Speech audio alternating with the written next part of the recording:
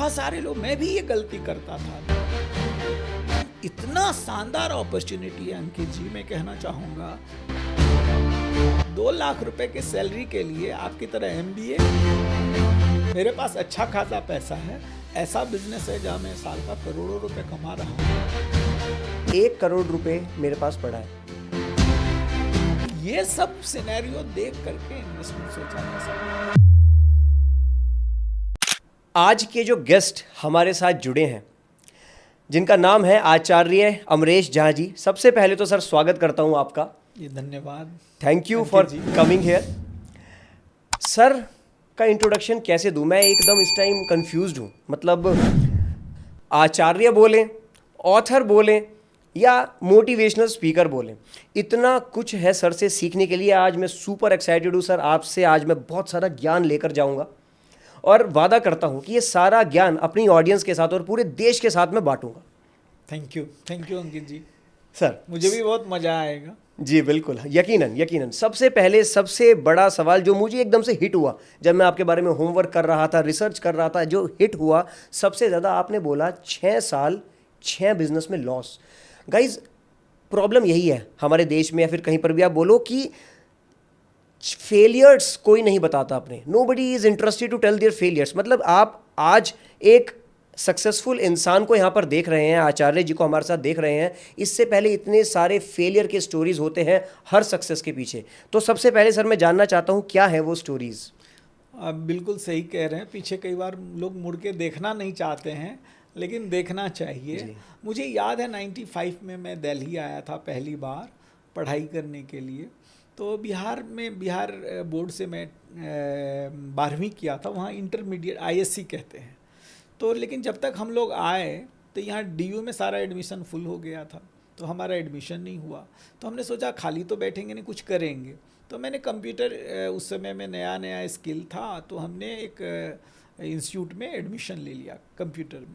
तो वहाँ सिर्फ 2 घंटे क्लास चलता था, सप्ताह में 3 दिन, बाकी टाइम खाली था।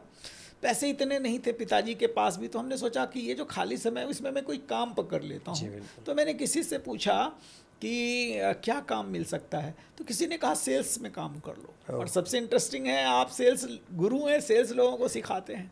और मेरी भी जर्नी वहीं से शुरू हुई। हमने कहा कि भाई सेल्स में करना क्या होगा और पैसा कितना मिलेगा? तो किसी ने कहा कि इसमें बेचना पड़ता है और पैसा तुम्हारे ऊपर में है। तो मुझे ये एक्साइटमेंट लगा कि पैसा मैं अपने हिसाब से कमा सकता हूँ। तो ऐसा मेरा जर्नी शुरू हुआ। और पहला जॉब था जिसमें मैं घर घर जाके, एक हॉट पैक होता था, और सेकाई का काम करता था 500 रुपये का, तो वो मैं बेचा करता था डोर टू डोर मार्केटिंग से। लेकिन समय थोड़ा फास्ट फॉरवर्ड में मैं ले जाता हूँ। 1 साल के बाद ही मैं और एक मेरा दोस्त मिल करके हमने कहा कि अब अपना कुछ करते हैं। तो हमने बिज़नेस शुरू किया। और पहला बिज़नेस में हम लोग शर्ट बेचते थे। यहीं गांधीनगर से शर्ट लेते थे, उसमें थोड़ा अपना डब्बे पे लेबल, कॉलर में अपना लेबल लगा करके, और उसको हम भी 10 लड़के रख लिए और उन लड़कों से घर घर जाके, अब तो लोग घर में जा नहीं सकते, ऑफिस जा नहीं सकते, उस समय इतना सिक्योरिटी नहीं होता था। और उस समय एक टाइम होता है हर बिजनेस का, डोर टू डोर मार्केटिंग का चलन था बहुत सारे। कोई एक्वागार्ड बेच रहा है, कोई कुछ बेच रहा है, कोई कुछ बेच रहा है। तो हम लोग पहला बिजनेस शर्ट से शुरू किए। तो इस तरह कई सारा बिजनेस किए। और क्योंकि बैकअप नहीं होता था, बिजनेस का कोई अनुभव नहीं था, हमने तो कोई MBA किया नहीं था, तो 5-6 महीने के बाद वो बिजनेस ठप ले लेता था। कभी पार्टनर से नहीं बना, कभी कोई और चैलेंज आ गया, कभी लड़के भाग गए। तो बहुत सारे अनुभव इस तरह का रहा। वाह, मज़े आ गया सर। इसमें 2 चीज़ें जो आपने बोली, मैं आपको अभी के लिए, अभी इस अगले 1 घंटे के लिए रियल एस्टेट एक्सपर्ट बोलूं या सर मेडिटेशन गुरु बोलूं? दोनों में से अगर एक चुनना हो सर। दोनों चीज़ कह सकते हैं, लेकिन मैं आजकल इसलिए रियल एस्टेट पे बोल रहा हूँ क्योंकि लोगों की बेसिक नीड पहले है रोटी, कपड़ा, मकान। बिल्कुल। परमात्मा और आत्मज्ञान ना मैस्लो कहते हैं आखिरी नीड होता है, सेल्फ रियलाइजेशन। बेसिक नीड क्या है? धन कैसे आए। तो शुरुआत धन से करते हैं, आगे सेल्फ रियलाइजेशन की भी बात करेंगे, ध्यान की भी बात करेंगे। बिल्कुल जी, ठीक है। तो फिर इस पॉडकास्ट को भी इसी तरह लेकर चलते हैं सर। पहले बेसिक नीड की बात करते हैं और फिर परम ज्ञान की बात करेंगे सर। जी। मैं उसमें सर बहुत इंटरेस्टेड हूँ, मेडिटेशन एंड ऑल। मैं सीखना चाहता हूँ आपसे और चाहता हूँ कि सब लोग सीखें आपसे। आज हमें मौका मिला है सीखने का। रियल एस्टेट में रियल एस्टेट में आप बताते हैं कि कोई भी जुड़ सकता है। हम तो सर जितना मैं थोड़ा बहुत जानता हूँ कि कैपिटल बहुत ज़्यादा चाहिए है, आपको डेवलप करना है या फिर आपको कुछ भी करना है तो बहुत नेक्स्ट लेवल की कैपिटल चाहिए। आपका क्या व्यू है सर इसमें? जी बिल्कुल, आप सही कह रहे हैं। हमें भी ऐसा लगता था जब मैं सेल्स में था, अपने बिजनेस में था। 2012 में मेरा बिजनेस पुराना बंद हो गया। ओके। तो लेकिन उस समय में मेरे लिए एक बल्ब ऑन मूवमेंट था कि जब मेरा बिजनेस लॉस होने लगा, तो जब आपको लॉस होता है तो पैसे चाहिए होता है। पहले आप तो आखिरी सांस तक अपना बिजनेस को बचाना चाहते हैं ना, और वो बिजनेस मेरा 10 साल पुराना बिजनेस था। ठीक है, एक बच्चे के मरने जैसा होता है। कोई 10 साल बच्चा बड़ा हो जाए और फिर यदि डाई कर रहा हो तो आप पूरी ताकत अपने हिसाब से, तो कोई नहीं चाहता मैं बंद कर दूं। तो पहले नज़र क्या जाता है, पैसा किसी जान पहचान से मांग ले, बैंक से मांग ले। फिर जाता है मेरे पास एसेट्स क्या है। तो मेरे पास कुछ एसेट्स के रूप में प्रॉपर्टी था। जब मैं पैसा 2095 से काम शुरू किया, लेकिन 2000 तक इतना नहीं कमा पाता था कि कोई प्रॉपर्टी खरीद पाए। हाँ, ठीक ठाक चल रहा था। 2001 के बाद परमात्मा की कृपा हुई। मेहनत तो हर कोई करता है, बिना प्रभु की कृपा से, माँ बाप के आशीर्वाद से आप पैसा नहीं बनाते, मैं ऐसा मानता हूँ। पैसा आने लगा तो उस समय मैं थोड़ा थोड़ा पैसा इन्वेस्ट किया। जैसे किसी ने कहा कि भाई प्रॉपर्टी खरीद लो, हम लोग भी तो ऐसे ही सलाह लेते हैं, क्या करें, प्रॉपर्टी खरीद लो। और कई लोगों ने नहीं बताया तो मैं गाड़ी एक की जगह 2-3, अब मैं बताता हूँ भाई 4 गाड़ी मत लो, दिखावाबाजी में मत पड़ो, रियल वेल्दी आप बनो। तो मुझे कोई नहीं बताने वाला था, जो मैंने गलती किया वो मैं लोगों को मना करता हूँ जी। तो लेकिन चलो, तब भी हमने कोई प्रॉपर्टी ले लिया। और उस समय दिल्ली में जिस एरिया में मैं रहता था, निरंकारी कॉलोनी, ये मुखर्जी नगर और दिल्ली यूनिवर्सिटी के पास है, उसके बाजू में 2-3 किलोमीटर आगे एक आउटर रिंग रोड बना था जी। और रिंग रोड के दूसरे तरफ संत नगर, बुढ़ाड़ी, जो लोग दिल्ली के होंगे या आपको शायद आइडिया होगा, वो संत नगर में अंकित जी सिर्फ 2000 रुपये गज मिलता था। ये 2003-2004 की बात, 2001-2 के बाद की बात है। और आज वहाँ पे क्या कुछ आइडिया है कितना होगा? यहाँ तो गज चलता है। मैं आइडिया भी नहीं लगाऊंगा जी, मैं दर्शकों को कहना चाहूँगा, आप कमेंट्स में करिएगा, 50 से 100 गुना बढ़ चुका है आज। मतलब आज 2 लाख रुपए, 1 लाख 2 लाख रुपए गज में ज़मीन है। यानी वो 2 लाख की इन्वेस्टमेंट आज 2 करोड़ में बदल चुका है। तो खैर, मैं ये बता रहा हूँ कि उसी समय में 5-7-8 साल बाद मुझे ज़रूरत पड़ी, तो मैंने देखा जो 2 लाख मैंने इन्वेस्ट किया था वो 8 लाख का हो गया। कोई 5 लाख लगाया तो 15 लाख का हो गया। तो मुझे ये बल ऑन हुआ, यार मैं जिस बिज़नेस को कर रहा हूँ, इतना मेहनत कर रहा हूँ, वहाँ लॉस हो रहा है, और जहाँ सिर्फ मैंने प्रॉपर्टी में निवेश किया वो इतना गुना बढ़ रहा है। तो और हमारे पास पैसे ख़त्म हो गए जी। तो हमने कहा कि क्या कर सकते हैं। तो हमने, मेरे कुछ जानने वाले प्रॉपर्टी का काम करते थे, कुछ बिल्डर, कुछ नोएडा, जैसे ये ग्रेटर नोएडा उस समय डेवलप हो रहा था, कुछ लोग यहाँ कर रहे थे, कुछ लोग गुड़गांव में कर रहे थे। तो उन्होंने कहा आप क्यों नहीं करते, आपका नेटवर्क अच्छा है, आपको सेल्स आता है। और मेरा कनेक्शन था, बाय द वे मैं थोड़ा सा राजनीति में भी उस समय में था। तो हमें लग रहा था कि कैसे मैं बेच पाऊँगा इतना महंगा। हम लोग तो 5-10-20 हज़ार का कोई प्रोडक्ट बेचते हैं, और ये 20 लाख 30 लाख 40 लाख कौन खरीदेगा। लेकिन मुझे बाद में पता चला कि यहाँ तो ज़्यादातर लोग जिनके पास पैसे, वो प्रॉपर्टी में ही पैसे लगाते हैं। तो कोई भी इंसान जिनके पास पैसा बिल्कुल नहीं है तो बेचना शुरू कर दो, बेचने में क्या जाता है। हाँ, स्किल थोड़ा चाहिए होगा, ठीक है, थोड़ा सा आपको सीखना पड़ेगा कि बातचीत कैसे करेंगे, निगोशिएशन कैसे करेंगे, क्लोजिंग कैसे करेंगे, लेकिन आप शुरू तो कर सकते, इसके लिए कोई पैसा नहीं चाहिए। बिल्कुल जी, सिखाने के लिए हम बैठे हैं जी, सिखाने के लिए आप बैठे हैं, कैसे सेल्स सीखना भाई, इनके चैनल को फॉलो करते रहना थैंक यू। तो आचार्य जी, रियल एस्टेट की थोड़ी और बात करते हैं पहले। तो जैसे आप अभी कैमरा से पहले आप बता रहे थे 4 फैक्टर्स होते हैं, 4 वर्टिकल्स हैं, उसके बारे में प्लीज़ थोड़ा बताएं।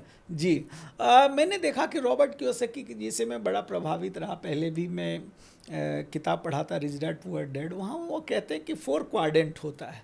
4 क्वाड्रेंट, उसमें 2 लोग होते हैं, एम्प्लॉय और सेल्फ एम्प्लॉय, जो पुअर कैटेगरी में वो रखते हैं, और राइट साइड वाले लोग जो हैं वो अमीर होते हैं, जिनके पास ऐसा बिजनेस है जो बिजनेस ना करता हो, वही बिजनेस में करने के प्रयास में हो। सेम बिजनेस तो नहीं हुआ है, पर अभी भी मैं 15 दिन 20 दिन बिजनेस से बाहर रहने का प्रयास करता हूँ। मैं देखता हूँ कि मेरा बिजनेस चल रहा है कि नहीं, ठीक है।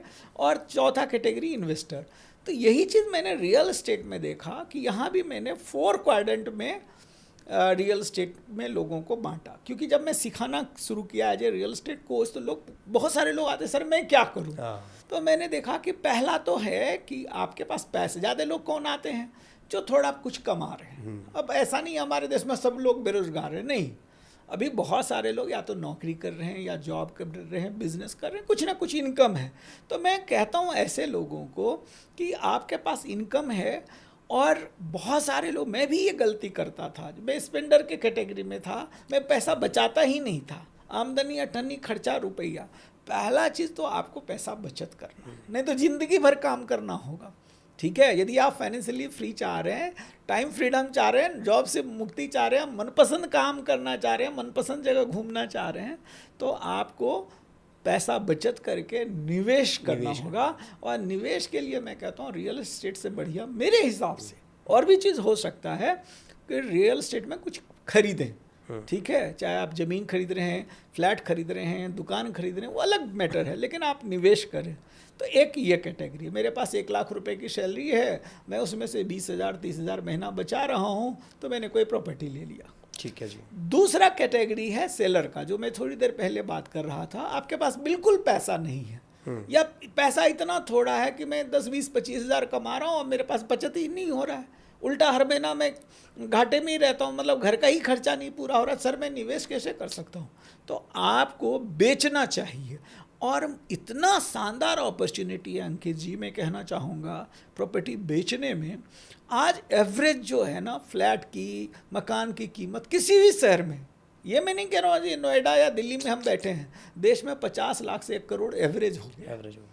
तो यदि आप 1 करोड़ रुपए का एक फ्लैट बेचते हैं, किसी को दिला देते हैं, तो ऑन एवरेज आपको 2% कमीशन मिल जाता है, तो 2 लाख रुपए होता है। और महीने में एक यदि बेचते हैं तो साल के कितने हो गए? 24 लाख। 2 लाख रुपए के सैलरी के लिए आपकी तरह MBA और ना जाने कितना पढ़ाई करना होगा, कितना स्किल लेना होगा, या 2 लाख रुपए किसी बिजनेस में पैसा कमाने के लिए ना जाने कितने लाखों का आपको इन्वेस्टमेंट करना होगा। ये तो 2 लाख मिनिमम मैंने बोला। आज मेरे नॉलेज में, मेरे कम्युनिटी में बहुत सारे लोग ऐसे हैं जो साल के करोड़ों रुपए कमा रहे हैं, और मैं भी एज ए सेलर करोड़ों रुपए कमाया। ठीक है, तो ये कर सकते हैं। तीसरा है डेवलपर, आपके पास इंटरेस्ट है, बिजनेस करने का मन है, कोई और बिजनेस के अंदर हैं और आप एक्सप्लोर करना चाहते हैं रियल एस्टेट को, तो डेवलपर बन जाइए। थोड़ा रिस्क टेकिंग चाहिए आपको और थोड़ा पैसा चाहिए डेवलपर बनने में, तो आप डेवलपर बन जाइए, बिल्डिंग बनाइए, आप ही डेवलप करिए प्रॉपर्टी को। और चौथा कैटेगरी है इन्वेस्टर। मेरे पास अच्छा खासा पैसा है, ऐसा बिजनेस है जहाँ मैं साल का करोड़ों रुपए कमा रहा हूँ, तो मैं करोड़ों निवेश कर सकता हूँ। और कोई ज़रूरी नहीं है, वॉरेन बफेट कौन सी कंपनी चलाता है? सही, लेकिन वो बहुत सारी कंपनी के अंदर इन्वेस्टर है। सेम चीज़, कोई आप देख रहे हैं नया प्रोजेक्ट आ रहा है, उस समय बिल्डर से बात करो और आप अपना ठीक ठाक यूनिट ले लो, जब बने तो एग्जिट ले लो या रेंटल इनकम आने दो। तो ये 4 कैटेगरी है। आपको देखना है कि हम कहाँ से फिट बैठते हैं, कहाँ से शुरू कर सकते हैं, कहीं से भी शुरू कर सकते हैं। बिल्कुल। आचार्य जी, जो चौथी कैटेगरी है इन्वेस्टर वाली, मैं पूछना चाहता हूँ, आउट ऑफ क्यूरियोसिटी पूछना चाहता हूँ कि मिनिमम टिकट साइज़ क्या रहेगा इसमें? मिनिमम मुझे लगता है कम से कम 50 लाख 1 करोड़ रुपए हो तो एज ए इन्वेस्टर आप जा सकते हैं। देखिए क्या है, मान लीजिए मैं 1 करोड़ का एक फ्लैट बेचता हूँ, तो मैं क्यों आपको स्पेशल रेट दूंगा? मेरे पास रिटेल में वो कस्टमर आ जाता है। लेकिन मान लो मैं 15-20 लाख रुपए का ज़मीन बेचता हूँ और मेरे पास कोई एक बंदा आ जाए, आपका 10 प्लॉट एक साथ लूँगा, तो नेचुरली मेरे को कोई 1.5 करोड़ रुपए देगा, तो मैं उसके, वो मेरे लिए अब इन्वेस्टर है, तो उसको बेस्ट डील दे सकता हूँ। वो चाहे तो निगोशिएट कर सकता है और मार्केट से 20-30% नीचे वो खरीद सकता है। तो 20-30% तो आपको उसी समय प्रॉफिट हो गया। और जब आप बेचेंगे तो फिर मार्केट प्राइस भी बढ़ेगा। जब वो बिल्डर बेचेगा या डेवलपर बेचेगा उस समय अच्छा, या पार्टनरशिप आप कर सकते हैं। इनिशियली एक्चुअली रियल एस्टेट एक ऐसा बड़ा ग्रुप यदि मैं छोड़ दूं, वो भी तो इक्विटी से पैसा ले आते हैं, लेकिन जो मीडियम साइज़ के बिल्डर हैं, डेवलपर हैं, या नए लोग जो उतरते हैं, मान लो मेरे पास पैसा है, मैंने एक ज़मीन खरीद लिया 10 करोड़ रुपए का, अब बनाने में भी 20 करोड़ रुपए लगेगा, तो मुझे यदि और कोई 10 करोड़ लगाने वाला मिल जाएगा तो मैं उसके साथ शेयरिंग कर लूँगा। तो यदि आपके पास 1 करोड़ 2 करोड़ 5 करोड़ रुपए है, 10 करोड़ है या इससे ज़्यादा है, तो आप एज ए इन्वेस्टर बन सकते हैं या पार्टनर बन सकते हैं किसी के साथ। क्या मैं इसका मतलब ये समझूं कि मैं इस टाइम फोर्थ कैटेगरी की बात कर रहा हूँ, एज ए इन्वेस्टर बात कर रहा हूँ, मान के चलिए किसी के पास 10 करोड़ पड़े हैं, जी फर्स्ट ऑप्शन उसके पास ये है कि कहीं जाए, दिल्ली नोएडा या किसी एमर्जिंग मार्केट में जाए, पैसा लगाए, जी बढ़िया रिटर्न उठाए और पैसा कमाए। सेकंड ऑप्शन है कि वो आपके साथ जुड़े। मान के चलिए आप यही कहना चाह रहे हैं, मैं जस्ट क्लैरिफाई करना चाह रहा हूँ कि कोई आप बड़ी प्रॉपर्टी ले रहे हैं, बड़ी लैंड ले रहे हैं, उसमें वो हिस्सेदार बन जाए। बिल्कुल हो सकता है, मेरे साथ भी है। ये मैं नहीं कह रहा हूँ कि मेरे ही हाँ, साथ करें। जी जी जी जी डेफिनेटली मेरे साथ भी आएगा तो मैं भी डील दे सकता हूँ, हम लोग भी बना रहे हैं। जी। या किसी को भी ऐसे डेवलपर को आप ढूंढिए जिनको की ज़रूरत है, आप अपने शहर में बात करिए, ठीक है, उनका ड्यू डिलिजेंस कर लीजिए, उनका बैकग्राउंड चेक कर लीजिए। ऐसा ना कि आपका पैसा अटक जाए, तो आप कर सकते हैं, क्यों नहीं कर सकते। ठीक है जी। आप इस वक्त प्रॉपर्टीज़ हम लोग कहाँ कहाँ आचार्य जी बना रहे हैं? हम जो काम कर रहे हैं वो रांची के अंदर अभी कर रांची? रहे हैं। हाँ, रांची झारखंड की कैपिटल है और बहुत ही सुंदर शहर है। MS धोनी जी आज तो वर्ल्ड फेम के क्रिकेटर हैं, आप सब लोग जानते हैं। धोनी के नाम से ही एक्चुअली अब रांची जाना जाता है। धोनी भी अभी भी रांची में रहते हैं। तो सुंदर है, क्लाइमेट बहुत सुंदर है। ये बहुत लोगों को पता नहीं है। एक्चुअली बिहार जब ज्वाइंट था ना, तो बिहार का गर्मी का वो कैपिटल होता था, ठीक है, और समर का कैपिटल होता था रांची। और उसकी हाइट भी अच्छी खासी है, करीब 1500 मीटर पे है, ठीक है, तो करीब 3000 फीट के ऊपर है, 2500-3000 फीट पे। तो नॉर्मली टेम्परेचर अच्छा रहता है। ये पता ही नहीं किसी को शायद। हाँ, ये नहीं पता, लोग वहाँ के लोगों को तो पता है, तो लेकिन देश भर में अभी रांची को जो स्थान मिलना चाहिए, जैसे मौसम देहरादून में है, जैसे बेंगलोर में है, पुणे में, इस तरह का रांची सिटी है। और पोल्यूशन कम है, बहुत ज़्यादा है। अब धीरे धीरे देखिए गाड़ी की संख्या तो हर जगह बढ़ रही है, और लेकिन फिर भी हम देखते हैं कि उस तरफ आप देखेंगे यूपी, बिहार, झारखंड, बंगाल में इतना सुंदर शहर नहीं है। तो इस वजह से मुझे भी रांची अच्छा लगा, और अभी हम लोग रांची में काम कर रहे हैं। कुछ जगह और एक्सपेंशन का प्लान करें, जैसे बिहार से मैं हूँ तो बिहार में, और अभी देखते हैं भविष्य में कहाँ कहाँ कर सकते हैं। ओके तो अगर इन्वेस्टमेंट की बात करें, इन्वेस्टमेंट की बात होती है तो रिटर्न की बात होती है, तो उस पॉइंट ऑफ व्यू से टियर 1 सिटी कहलाएगी रांची? नहीं, टियर 2 कह सकते हैं। टियर 1 में दिल्ली, मुंबई, तो हाँ है अहमदाबाद, ऐसे हैदराबाद, ये सब है। टियर 2 में स्टेट कैपिटल कह सकते हैं, और टियर 3 जो डिस्ट्रिक्ट टाउन होता है उसको टियर 3 कह सकते हैं। तो वो टियर 2 सिटी हो गई। Fine sir. Acharya ji, due diligence की बात करते हैं, थोड़ा सीधी बात करते हैं, बिकॉज जो लोग इस पॉडकास्ट के माध्यम से आपको रीच आउट करेंगे, जुड़ेंगे, आपके साथ काम करना चाहेंगे, वो सबसे पहला काम ड्यू डिलिजेंस का करना चाहेंगे। तो मैं जानना चाहता हूँ, उनके बेनिफिट के लिए जानना चाहता हूँ कि कैसे, क्या ड्यू डिलिजेंस के लिए आप इस वक्त कहना चाहते हैं? देखिए, सबसे पहला चीज़ है कि लोग गलती क्या करते हैं, भरोसे में प्रॉपर्टी बाय करते हैं। मैं अंकित जी के पास आया और अंकित जी ने कहा ये मेरा दोस्त है, मेरा भाई है, मेरा रिश्तेदार है, ले लो। तो वहाँ लोग गड़बड़ कर लेते हैं और वहाँ कई बार पैसा अटकता है। मैं ये कह रहा हूँ ठीक है, वो एक लेवल का ट्रस्ट है तो और अच्छा बात है, लेकिन यदि कोई आप अपार्टमेंट बना रहे हैं, अपार्टमेंट खरीदने जा रहे हैं, तो वहाँ रेरा आप चेक करिए, रेरा है, पूछिए बिल्डर को आपके पास रेरा है कि नहीं। और यदि मान लीजिए बिल्डर वो जो मैप है वो नगर निगम से, अथॉरिटी से अप्रूव्ड है कि नहीं, और जो बेच रहा है उसके पास वो लैंड कैसे आया, ठीक है ना, तो वो रियल उसका वारिस है या नहीं, या उसको टाइटल पे अधिकार है या नहीं, चाहे पावर किसी भी तरह से। तो यहाँ कुछ डिस्प्यूट बाद में होता है। तो यदि आप ड्यू डिलिजेंस, और कई लोग कहते हैं मुझे तो मालूम नहीं है, तो आप 50 लाख 1 करोड़ लगा रहे हैं तो 5,000 एक किसी एक्सपर्ट को दीजिए, ठीक है ना। तो आप जो अपने करोड़ों रुपए अटकाएंगे, लाखों रुपए जीवन भर का कई लोग मेहनत लगा देते हैं, तो आप थोड़ा सा ड्यू डिलिजेंस में पैसा खर्च करिए और हो सकता है आपका बच सके। तो ये ज़रूर आपको ख्याल रखना चाहिए। और थोड़ा सा बिल्डर का बैकग्राउंड चेक करिए कि वो किस तरह के लोग हैं, उनका नेचर कैसा है, पहले उन्होंने कोई प्रोजेक्ट किया और बना के दिया कि नहीं है, यदि दे भी दिया है तो उनके कस्टमर कितने सेटिस्फाइड हैं। इन सारी बातों को आप यदि चेक करेंगे तो मुझे लगता है कि रिस्क आप मिनिमाइज कर सकते हैं। आचार्य जी, क्षमा चाहूँगा कुछ गुस्ताखी करूँ तो, आपके साथ जुड़ना हो तो आपका ड्यू डिलिजेंस कैसे करें? नहीं, मेरे साथ भी सेम ड्यू डिलिजेंस करें। यदि मेरे से फ्लैट आपको खरीदना है तो जो चीज़ मैं कह रहा हूँ यही चीज़ आप मेरे से भी मांग सकते हैं। हाँ, ठीक है। यदि मैं ज़मीन बेच रहा हूँ तो आप पूछ सकते हैं ज़मीन का टाइटल मेरे पास है कि नहीं, मैं ऑथोराइज हूँ कि नहीं उस ज़मीन को बेचने के लिए। ज़मीन खरीद रहे तो वहाँ पोजीशन पे आप जाओ, पहले कहो कि भाई रजिस्ट्री बाद में लूँगा, मैं पहले यहाँ बाउंड्री कराऊंगा, पहले घर बनाऊंगा, यहाँ बोरवेल पहले कराऊंगा, तो कुछ लफड़ा होगा तो आपको पता चल जाएगा। राइट, ठीक है ना। तो राइट। कोई मेरे साथ भी करे तो सेम चीज़ है। बिल्कुल। यदि मैं आपसे कहूँ कि आज आप पैसा दो, मैं रजिस्ट्री आज दूंगा ही नहीं, अभी 2 साल बाद दूंगा, तो फिर कठिन मामला है। सेम चीज़ फ्लैट में आप बना रहा हूँ, मैं मान लिया अपार्टमेंट बना रहा हूँ और मेरे पास अभी यदि सर्टिफिकेशन नहीं है, अप्रूवल नहीं है, तो आप मेरे से भी यही पूछिए। हम ये नहीं कह रहे कि मैं आपके चैनल पे आके कुछ बेचने ही आया हूँ। हाँ, किस मैं यदि बता रहा हूँ, मैं तो सिखाता हूँ लोगों को ये बात। जी। ठीक है। और हाँ, आप व्यक्ति विशेष को भी चेक करिए, उसका सोशल, आजकल तो सोशल मीडिया का जमाना है, गूगल में जाइए, उस बंदा का नाम डालिए, उसके नीचे कितने गाली पड़ रहे हैं ना वो भी पता चल जाए। है कि नहीं? ट्रू। तो आजकल तो कोई छुपा नहीं सकता है। ठीक है ना, कि कोई भी अपने बारे में। एब्सोल्युटली, बिल्कुल सही बात आपने बोली और एकदम सच्चाई के साथ बात बोली, इसलिए जानबूझकर मैंने ये प्रश्न उठाया। सही बात आपने बोली आचार्य जी। देखिए, ऐसा होता है आचार्य जी कि मेरे पास ना बहुत सारी क्वेरीज आती हैं। मैं सेल्स ट्रेनिंग कंपनी चलाता हूँ, सेलिंग की साइंस हम लोग B2B करते हैं, सारी SMEs कॉर्पोरेट्स के साथ उनकी सेल्स टीम्स को सेलिंग की साइंस सिखाते हैं। तो बहुत सारी क्वेरीज मेरे पास आती है, मेरे ऑडियंस है, बोलते हैं Ankit what business we should start, हम क्या करें, कुछ धंधा करें छोटी पूंजी बड़ी पूंजी के साथ। So I am not the right guide to tell them, है ना। मैं एक्सपर्ट नहीं हूँ इस चीज़ का कि क्या बिजनेस स्टार्ट करना चाहिए, किस बिजनेस में कितना स्कोप है, उसका ड्यू डिलिजेंस करना ज़रूरी है, उसके बिना कमेंट में नहीं करता, कभी नहीं करता।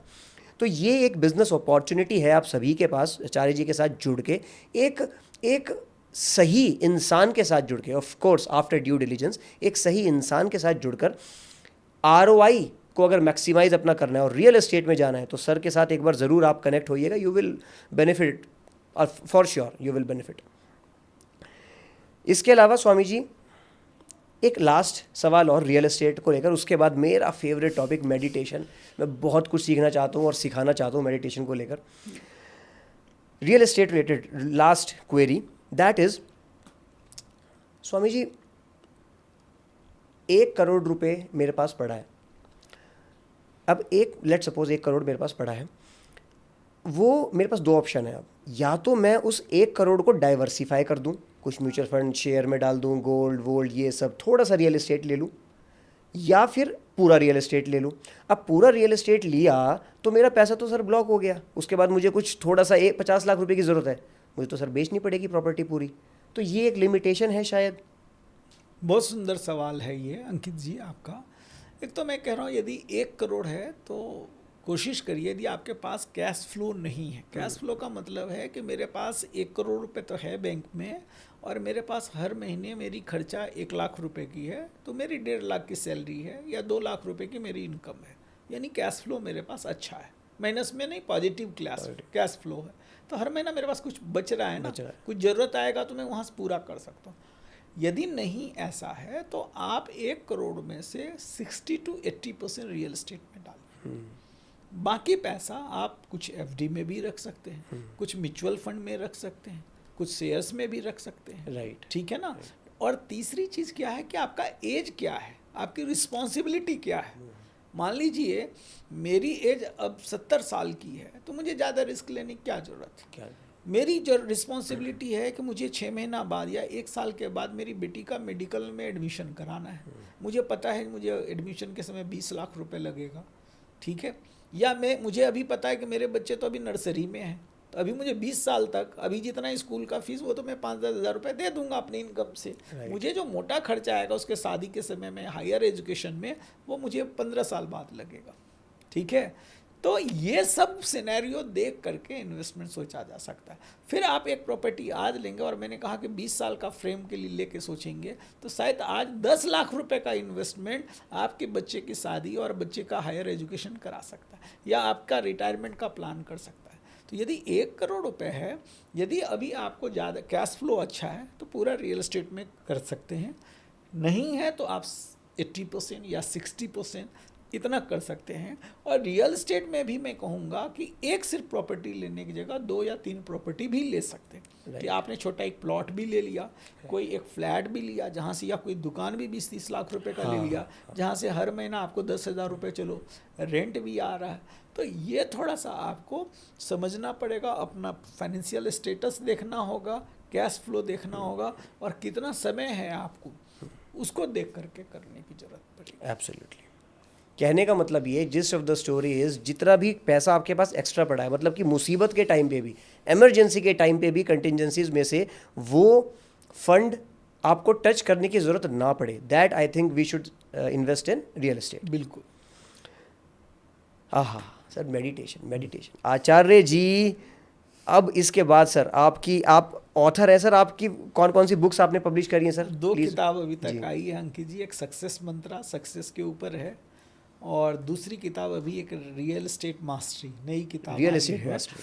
तो ये किताब तो अभी रियल एस्टेट सिखा रहा हूँ, इसीलिए जो लोग मेरे प्रोग्राम में नहीं आ सकते हैं वो किताब पढ़ के मास्टर बन सकते हैं जी। और ये सक्सेस मंत्रा है। किसी भी फील्ड के अंदर यदि आप सक्सेस होना चाहते हैं तो ये रोड मैप है एक तरह से। वाह, मतलब सर मुझे तो ये लगता है कि कोई एक ऐसा इंसान वही एलिजिबल हो सकता है ऐसी बुक लिखने के लिए, सक्सेस मंत्रा, जो कई बार जीवन में फेल हुआ हो।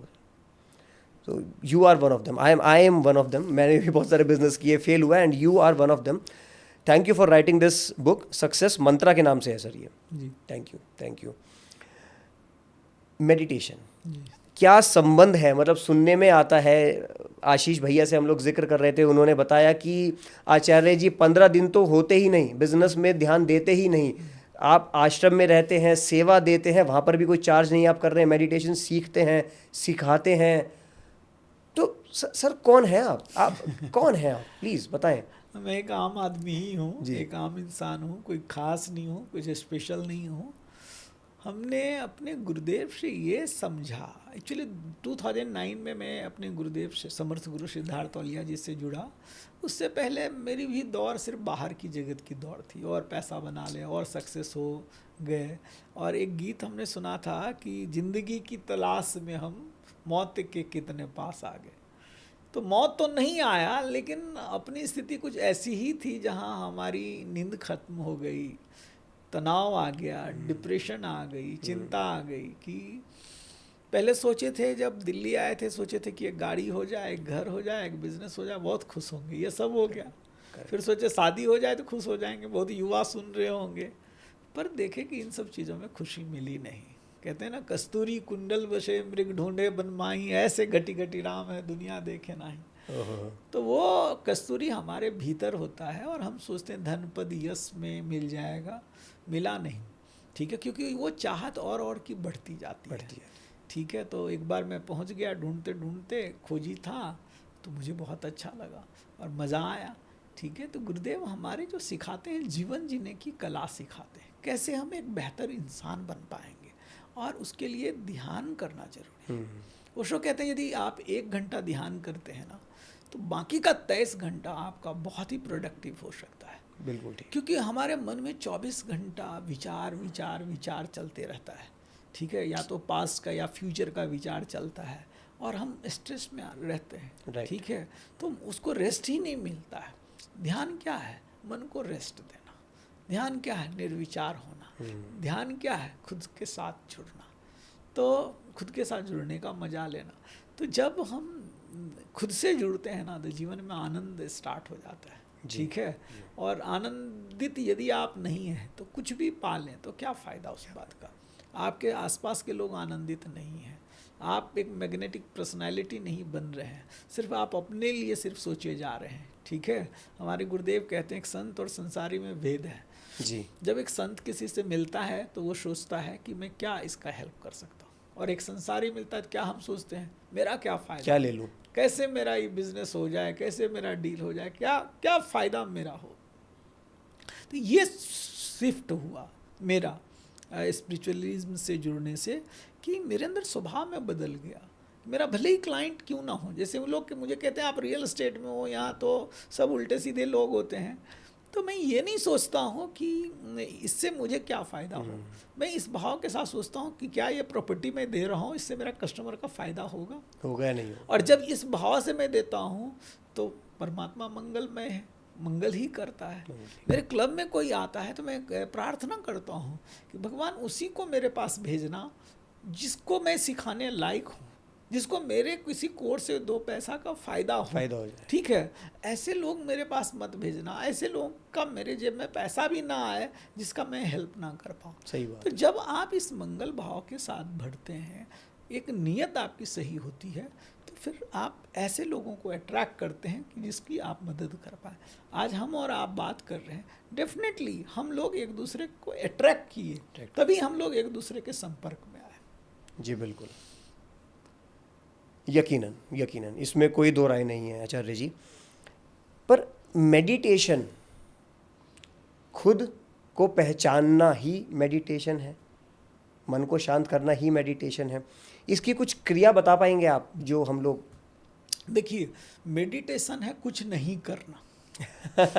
ठीक है, है, तो बढ़िया सर। कुछ कर रहे हैं तो आप ध्यान में नहीं है जब तक कुछ कर रहे हैं जी। हाँ, उस स्टेट में आने के लिए, जब मैं कुछ नहीं कर रहा हूँ, आंख बंद किया हूँ, नए लोग आते हैं ना, हम लोग जब ध्यान में ले जाते हैं तो देखते हैं हाथ हिलाता है, पैर हिलाता है, बाल नोचता है, मन उस समय ज़्यादा चल रहा है। कहीं किसी को लगेगा चींटी काट रहा है, कोई कहेगा मेरा गले में सांप लटक गया। बिगिनर्स के साथ यही होगा, यही होता है, क्योंकि मन बाहर की चीज़ों में उलझा हुआ है। हमें आदत हो गया 24 घंटा अपने 5 इंद्रियों को बाहर खोल व्यस्त रखने का, ठीक है ना। तो हमने तो भीतर मोड़ा ही नहीं, प्रत्याहार तो हमने किया ही नहीं, अंदर सिकोरे ही नहीं, खुद के तरफ झांके ही नहीं। तो ये बाहर जो हमारी ऊर्जा जा रही है, इसको मोड़ के अपने तरफ मोड़ना, खुद से जुड़ना, ये मेडिटेशन है। पर जब आंख बंद करके हम सीधे बैठते हैं तो आंख बंद ही नहीं होता है, मन शांत ही नहीं होता है, विचार चलता है। तो ओशो ने डायनेमिक मेडिटेशन ऐसी विधि निकाली, हमारे सदगुरु ने, समर्थ गुरु ने संजीवनी मेडिटेशन ऐसी विधि निकाली जिसमें पहले कुछ करते हैं। ओके, ठीक है, पहले क्या करते हैं, थोड़ा सा प्राणायाम करते हैं, एक्सरसाइज करते हैं, अलग अलग विधि में अलग अलग, जैसे डायनेमिक में हम रेचन करते हैं, ठीक है, कैथारसिस करते हैं, कुछ करते हैं। ये सब विधि या तो हमें कुछ निकालने का, हमारे भीतर से जो इमोशंस हैं वो निकालने का है विधि, और या हमारी ऊर्जा जागरण के लिए है। क्योंकि आपने सुना होगा कि 7 चक्र हैं हमारे शरीर के अंदर, उसमें ऊर्जा सोई रहती है, तो उसको हम जगाते हैं। और जब ये ऊर्जा ऊपर उठती है, ऊर्ध्वगमन होती है, तब जा कर के हम ध्यान में, मेडिटेटिव स्टेट में आ पाते हैं। ठीक है, तो ध्यान क्या है, निर्विचार होना, अपने निराकार के प्रति जागना। बस मैं कुछ नहीं कर रहा हूँ। एक बार क्या हुआ कि एक साधु एक पहाड़ पे, उसको बड़ी अच्छी कहानी सुनाते हैं, खड़ा था, तो 2-3 बच्चे आए खेल रहे। पहले कह रहा है कि अरे ये किसी का इंतजार कर रहा है, फिर कोई कह रहा नहीं उसका गाय गुम हो गया है, किसी तीसरे ने कोई और बात कहा, नहीं चलो पूछ ही लेते हैं। तो बोला आप क्या कर रहे हो? बोला मैं कुछ नहीं कर रहा हूँ। बोले कुछ नहीं कर रहे थे, आप देख जो रहे हैं? बोले हाँ, पर मैं कर कुछ नहीं रहा हूँ। तो कुछ नहीं करना ध्यान है, ऐसा आप समझिए। तो ध्यान को भी लोग गलत तरह से समझते हैं। हम पश्चिम में पूरा वेस्टर्न वर्ल्ड समझता है कि हिप्नोसिस मेडिटेशन, उसको मेडिटेशन बोलते हैं। ध्यान के बारे में धारणाएं बहुत गलत है। कोई लोग कंसंट्रेशन को ध्यान कहते हैं, कुछ लोग त्राटक को ध्यान कहते हैं जी। ठीक है, पर ध्यान इन सब से परे है। ये ध्यान से पहले की विधि है, एक तरह से धारणा है। ठीक है, ध्यान नेक्स्ट स्टेप पे। कहते हैं ना सर कि खाली दिमाग शैतान का घर, तो इससे मैं क्या ये जस्ट निकालूं, प्लीज़ मुझे रेक्टिफाई कीजिएगा अगर मैं गलत बोल रहा हूँ। आपने कहा कुछ नहीं करना ध्यान है, तो कुछ नहीं करना और विचार मन में लाना ये डिस्ट्रक्टिव है, कुछ ना करके निर्विचार हो जाना ये ध्यान है। कुछ नहीं करके, यदि देखिए क्या है, ऐसा आप समझिए, हम और आप बात करें ये भी ध्यान हो सकता है जी। ठीक है ना जी। यदि होश हम साध लें, ठीक है, पानी पीना भी ध्यान हो सकता है, भोजन करना भी ध्यान का एक रूप हो सकता है, चलना भी ध्यान हो सकता है। यदि हम लेकिन चलते गाड़ी चलाते हैं, तब गाड़ी चलाने में नहीं है, दिमाग में 10 बातें हम और बात कर रहे हैं, अभी भी बीच में कुछ विचार आ जाता है। करेक्ट। तो आप कह रहे हैं खाली दिमाग शैतान का, वो एक निगेटिव सेंस है। खाली दिमाग का मतलब है, जैसे कि आप समझिए पूरे दिन मोबाइल को हम यूज़ करते हैं, तो शाम में क्या करते हैं, हम इसको चार्ज में लगाते हैं, तो फिर काम करने लायक बनता है। उसी तरह से पूरे दिन हम शरीर से काम लेते हैं, मन से काम लेते हैं, इसको तो कभी पॉज देते ही नहीं तो देते हैं। कब देते हैं बताइए? सोते हुए। हाँ, सोते हुए देते हैं। इसलिए आपने देखा होगा कि कई बार एकदम आप एग्जॉस्ट हो जाते हैं, शाम को बहुत थका हुआ होता है, एकदम टाइटनेस लगता है, कब बिस्तर में गए कब सोए। लेकिन सुबह जब होता है तो लगता है यार वो थकान गायब हो गई, वो कुछ फ्रेशनेस मिल, अच्छी नींद यदि आए, इसलिए नींद लेना जरूरी है, ठीक है। तो आप फ्रेश फील करते हैं। क्या हुआ उस समय आपका शरीर और आपकी मन थोड़ा चार्ज हो गया, ठीक है। लेकिन मेडिटेशन में और सुपर फास्ट चार्जर होता है। जैसे सुनते हैं आजकल जो है इलेक्ट्रिक कार में एक नॉर्मल चार्जर आता है, एक फास्ट चार्जर आता है जो 15 मिनट में आपको 80% गाड़ी चार्ज कर देता है।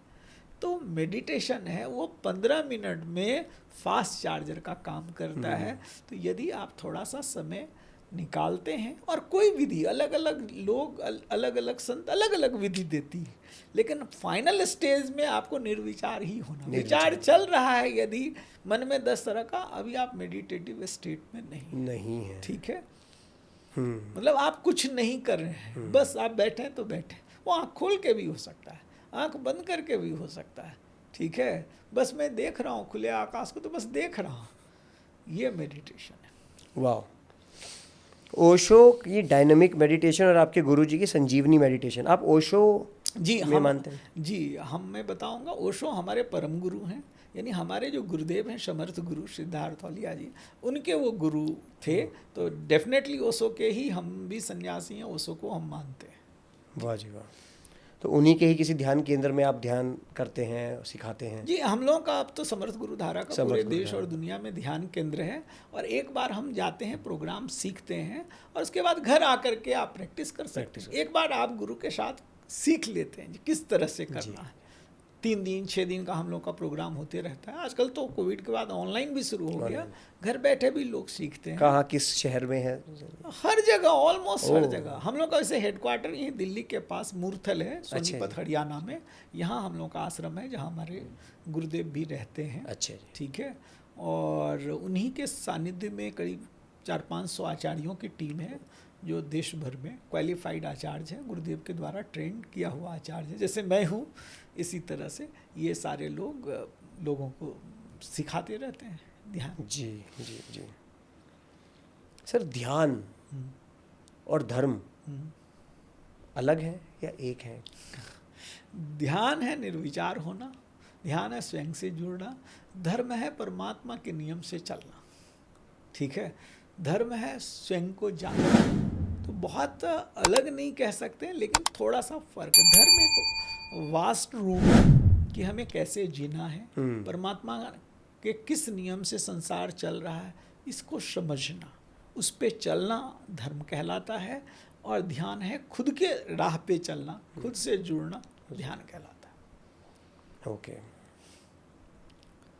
मतलब जो धर्म में नहीं मानता, जो रिलीजन गॉड में नहीं मानता, वो भी ध्यान कर सकता है? बिल्कुल कर सकता है। भगवान बुद्ध और महावीर ने तो नकार दिया था, ठीक है, लेकिन वो तो ध्यान कराते थे, खुद से जोड़ते थे लोगों को। जी जी जी, बिल्कुल बिल्कुल बिल्कुल। आचार्य अमरेश झा, आचार्य जी, मज़ा ही आ गया आज की पूरी कॉन्वर्सेशन करके। रियल एस्टेट, आप ऑथर हैं, ट्रेनिंग की दुनिया में आप रहे हैं, मोटिवेशन स्पीकर रहे हैं, सेल्स का आपका बहुत बढ़िया करियर है, सेल्स ट्रेनिंग का आपका बहुत विस्तार पूर्वक वो करियर रहा है पूरा, meditation related, and so many businesses you are in. It was really an enriching experience आपके साथ बैठना और आपके साथ बात करना। बहुत मुझे तो आनंद आया, और आशा करता हूँ हम जो लोग भी श्रोतागण इसको देखेंगे उनको भी मज़ा आए, और वो कुछ नई छोटी छोटी बड़ी बड़ी चीज़ें जो आज सीखी हैं हमने, उसको वो इम्प्लीमेंट करें। यही मेरा आप सबसे अनुरोध है। Thank you Acharya ji, podcast में आने के लिए और अपना समय हमें देने के लिए। थैंक यू अंकित जी, मुझे भी बहुत मज़ा आया आपके साथ अपनी लर्निंग को साझा करने में, और आपके दर्शकों को भी मैं बहुत बहुत धन्यवाद कहना चाहूँगा, और वो खूब तरक्की करे, यही मेरी शुभकामना है, मंगल कामना है। धन्यवाद धन्यवाद आचार्य।